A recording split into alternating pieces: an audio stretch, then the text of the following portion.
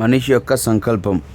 మనిషి యొక్క సంకల్పం ఇది ఎంత శక్తివంతమైందంటే, మనం ఏదైనా చేయలేమనేసి మనలో మనం డిస్కరేజ్ చేస్తుంటారు. చుట్టూ ఉండేటోళ్ళు చాలామంది మనం డిస్కరేజ్ చేస్తుంటారు. ఇది చేయలేవు, ఇది నీకు రాదు, ఇది నీకు చేయలేవు, ఇది నీ చేత కాదు. ఇవే మాటలు మన చుట్టూ ఉండే వాళ్ళు ఈ సొసైటీలో చెప్పేది. ఇలాంటి మాటలన్నింటినీ కూడా తీసి పక్కన పడేసి నువ్వెందుకు చేయలేవు అనేసి నిన్ను నువ్వు సెల్ఫ్ కాన్ఫిడెన్స్గా డెవలప్ చేసేదానే మనిషి యొక్క సంకల్పం ఉంటావు. ఎలా చెప్పాలంటే, దేవుడు రాసిన తలరాతల్ని కూడా చెరిపి మీకు ఇష్టమైనట్టుగా మళ్ళీ కొత్తగా రాసుకోవచ్చు.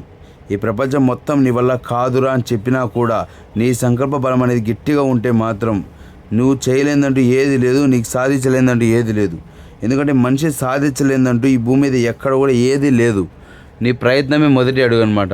నేను ఇది చేస్తాననేసి నువ్వు ఒక మానవ సంకల్పం తీసుకునేసి ప్రారంభించినావు అంటే అది జరగదంటూ ఏది లేదు. దీనిపైన మీ అభిప్రాయం కామెంట్స్లో చెప్పండి.